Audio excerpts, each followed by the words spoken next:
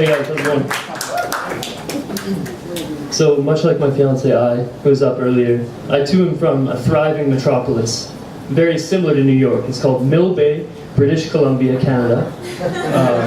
We have an estuary, which is basically the same as New York. So growing up on the island, I went to University of British Columbia, or University of Victoria for my first year.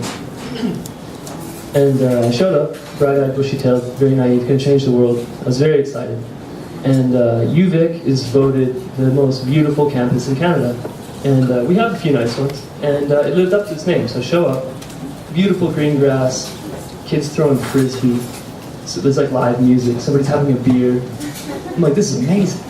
This place is really great. And go to my first lecture ever. And I show up in front of the lecture hall. And architecturally, it's beautiful. It's got two wings. It's roofed by like a glass triple ceiling, steepled ceiling, and in the middle it forms like a cool atrium inside. So it's like this crystal palace of learning. I'm amazed. I'm blown away. And I go in, and there's these cool like converging staircases, and I go down, and I'm still like buzzed. I go down the next staircase. Inexplicably, there are more and more staircases. I find myself in front of a room. The only thing I can describe it as is like a waterboarding center. It's like buzzing halogen lights, and I sit down. Still a little bit excited, but diminished a little bit. And I'm there early. Nobody else is there yet.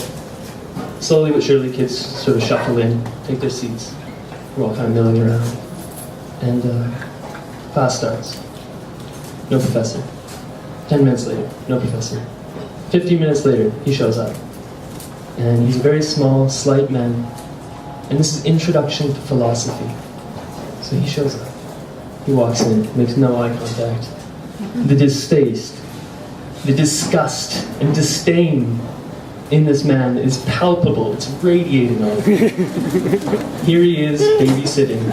His first year, pothead, like hippie kids. And you know, he's like, I'm gonna have to deal with their opinions and ideas. And the thoughts are revolting. He cannot handle it. And so we start out. I can't remember what our first class is. I think it's Plato, maybe. And he's introducing his concepts. And of course, people are putting up their hands. And watching this guy eviscerate all of these kids was excellent. I loved it right away. I was like, I'm gonna be like that guy. I knew I couldn't, because he's really bright. Like, really quick-witted. So anytime somebody would say something, he'd just shut them down. And so that was cool. I wanted to be like that. Akogare, immediately.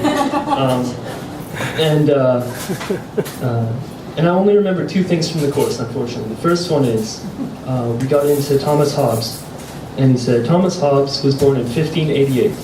He later remarked, when I was born, my mother gave birth to twins, to myself and fear. Does anyone know why that is? Does anyone know why that is? Okay, well anyways, I put up my hand, and he looked at me. This is the first time I've put up my hand in any course ever. I'm super shy. Couldn't put up my hand. And he looks at me like, you? How could you know anything? All right, fine, what is it? I'm like, oh, it's the Spanish Armada. And it turns out I was right. I had no idea. It was just a guess. I heard 1588. I said, it turns out to be right. He reevaluates me as a human on the spot. I'm in the club. I'm like, yeah, all right, I made it. I didn't answer anything else for the rest of the semester. But that was enough. So that stands out. That's the one thing. And the second thing is a thought experiment. It's Jason and the Argonauts. And it was the ship of Jason and the Argonauts. And what makes it what it was. And so we go around the room, and you know, somebody says, it's a ship. And he says, yes, it is a ship, you're right. But what makes it it?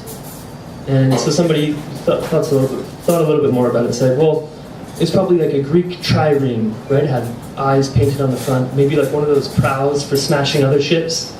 He said, yeah, that's true. But Greece probably had more triremes, so it's not unique. Was there anything else that made it what it was? And so, anyway, it progresses from there. We ruled out wood, because there are other things that are wood. It couldn't be that. Even wood from the same area, you know, it probably turned into tables or something. So it's not the material, it's not the chemical material of the ship that made it the ship. So maybe was it the experiences that it had? The Argonauts went and slayed all these beasts, and they went all around the area and had heroic exploits. Could it have been the experiences the ship saw? And, well, conceivably, another ship could probably go on the same route, and maybe even do the same thing, so probably not that.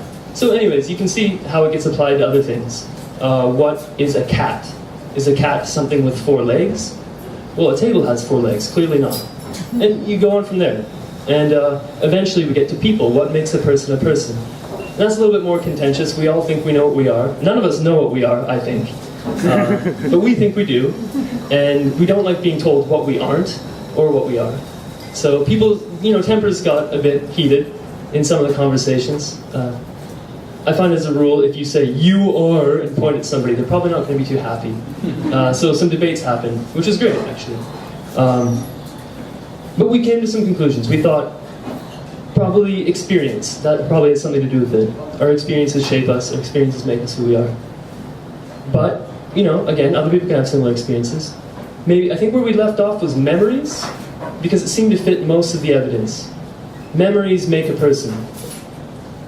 You always hear about somebody who has a head injury or gets amnesia. All their family members and friends say they're not the same person they used to be. So that's where we left off. Of course, Professor had the last word. He's like, well, what if they took your memories and put them on a USB stick? Would that be you? I'm like, no. I guess not. So anyway, we all went off into our lives. And I've never philosophized formally because I couldn't hack it. But I thought about that problem quite a lot. Nothing else I learned in the course but that. And I'm here tonight because I solved it. I figured it out, guys. The ship of Jason and the Argonauts was that ship because of the crew that was on it. Each member brought their own experiences. They brought their own memories. They brought their own hopes and fears. They came together as a band of heroes, the Argonauts, and they formed a consciousness together. And that guided the material that was the ship through its experiences. So it was that consciousness of them all coming together. That's what did it. So that's it. I solved philosophy. That's life. It's definitely not the right answer, obviously, but that's the conclusion I came to, and it felt really good. Because when I applied it to my own life, and I thought about it, it's not only my memories. Those could all fade at some point. And memory isn't that accurate. We remember things incorrectly all the time. It's not just my experiences. I am greater than some of those. What it is the people that I'm with. And coming to that conclusion made me very happy. And also, for whatever it's worth, the flame is the people that are here tonight. So anyways, guys, thanks for being my crew.